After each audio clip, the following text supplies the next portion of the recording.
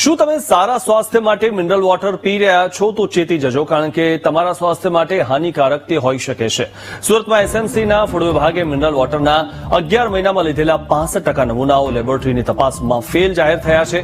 14 mineral water package bottle અને જારના નમૂનાઓ લેવામાં આવ્યા હતા, જેમાંથી 9 નમૂનાઓ ફેલ થઈ ગયા છે. ભેળસેળ કરનારા લોકો કઈ રીતે લોકોના આરોગ્ય સાથે રમી રહ્યા છે તે સાંભળીને તમે પણ ચોંકી ઉઠશો. 7 નમૂનામાં પીએચ મૂલ્ય 6.5 કરતા ઓછું હતું, જ્યારે આ મૂલ્ય 6.5 થી 8.5 વચ્ચે હોવું જરૂરી છે. એક નમૂનામાં ક્લોરાઇડ અને હાર્ડનેસ 500 થી વધુના સ્તરે જોવા મળી હતી. સુરત કોર્પોરેશન ફૂડ ડિપાર્ટમેન્ટ દ્વારા આ ખાદ્ય પદાર્થના અવારનવાર અમે સેમ્પલો લેતા હોઈએ છીએ.